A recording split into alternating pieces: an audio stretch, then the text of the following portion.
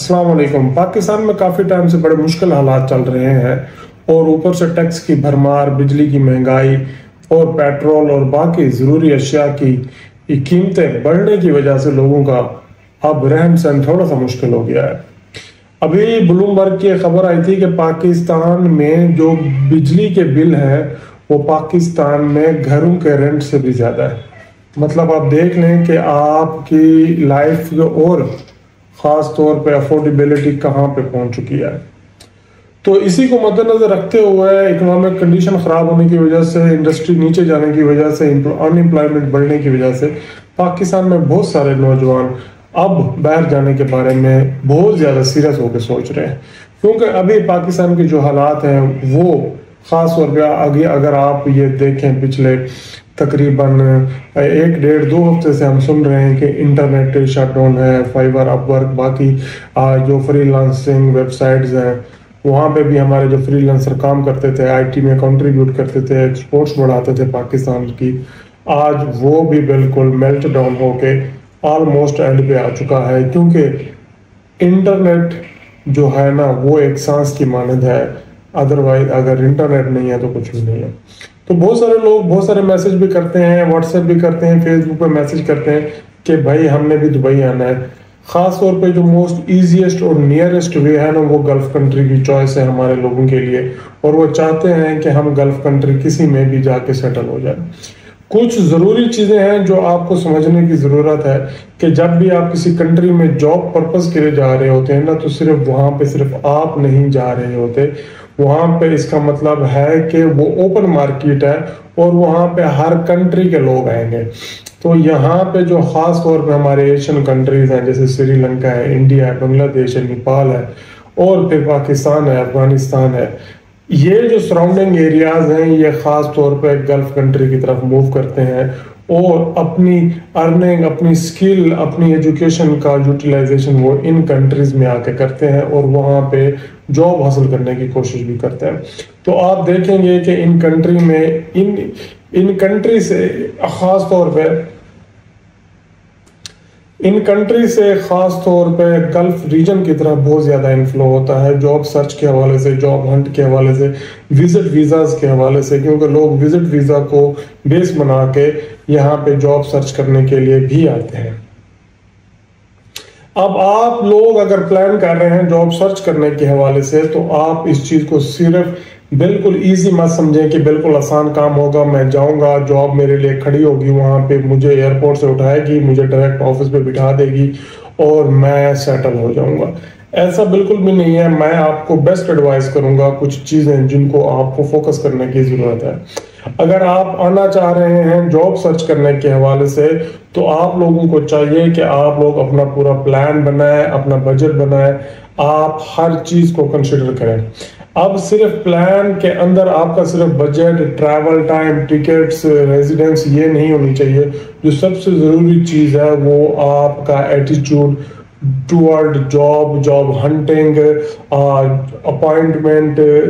मतलब आपने जॉब को विन कैसे करना है, और the way of working most important है, जो पाकिस्तान के जोग्राफी के हवाले से टोटली डिफरेंट है। अगर आप यूएई में आते हैं तो it's kind of international market है जहाँ पे मल्टीपल टाइप के लोग, मल्टीपल नेशनैलिटी के लोग, मल्टीपल स्किल सेट के साथ आते हैं और हर बंदा एक एक्स्ट्रा एक्टिविटी, एक्स्ट्रा स्किल के साथ आता है ताकि उसको बेहतर से बेहतर जॉब मिले। एक जॉब के ऊपर बहुत ज़्यादा एक कंपटीशन भी बाज़ दफ़ा देखने को आता है। अगर आप लिंक्डइन पे भी जाके सर्च करें और किसी भी पोजीशन के ऊपर आप अप्लाई करें तो वहाँ पे आपको वो बताता है ऑलरेडी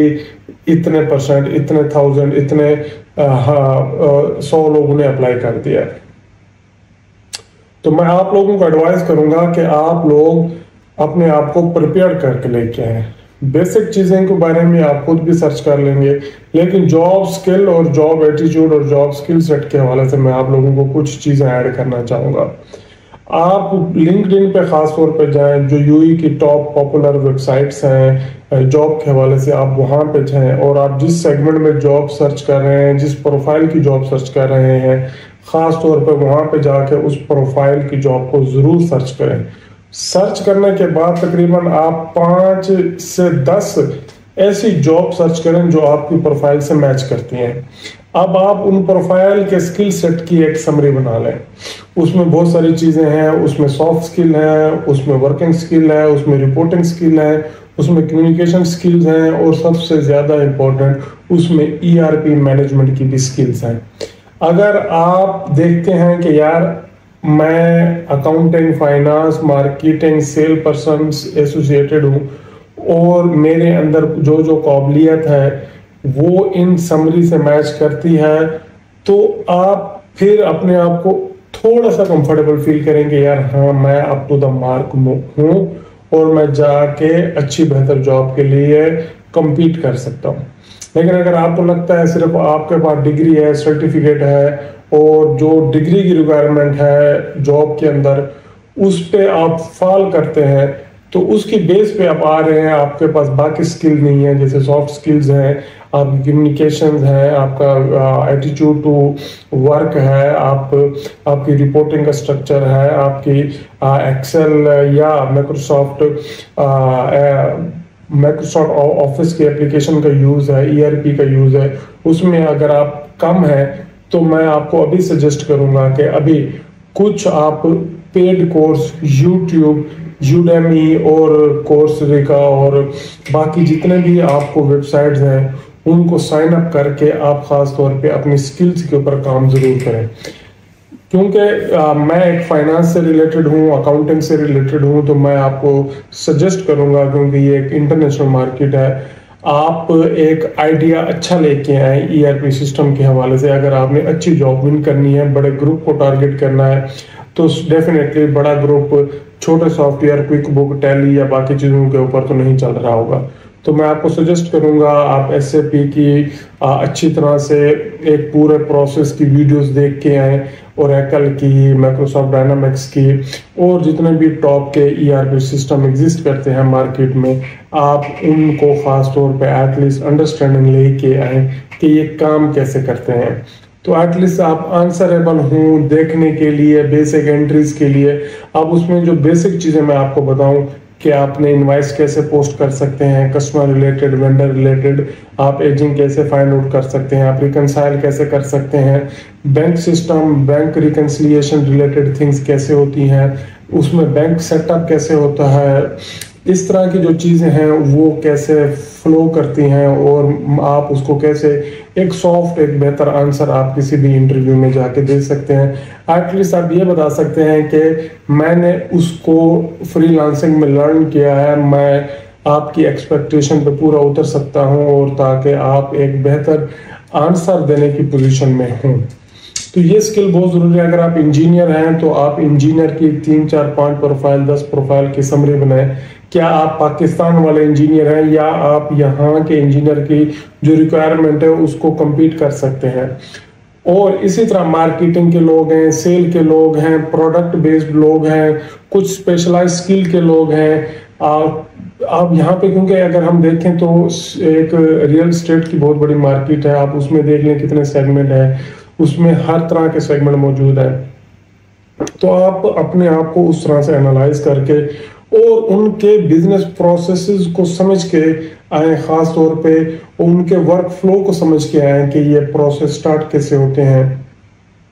तो अगर आप इस पोजीशन में एक अच्छा आंसर देने की पोजीशन में हो जाएंगे तो आप बहुत ज़्यादा कंपेटिटिव बन जाएंगे उस पोजीशन, उस जॉब को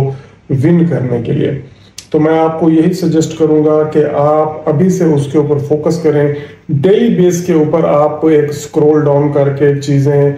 थोड़ी सी हंट करके उनके ऊपर काम करें। डेली 2 से 3 वीडियोस 30 मिनट की, 40 मिनट की, 20 मिनट की आप अपनी स्किल सेट के ऊपर लगाएं, तो मैं आपको इंश्योर कर सकता हूं कि आपकी जॉब विनिंग के चांसेस जहां पे 50% है वो 70% तक चले जाएंगे, 80% तक चले जाएंगे, क्योंकि आप उस प्रोसेस को बेहतर और प्रैक्टिकली समझ के एटलीस्ट सॉफ्ट आंसर देने की पोजीशन में बन जाएंगे।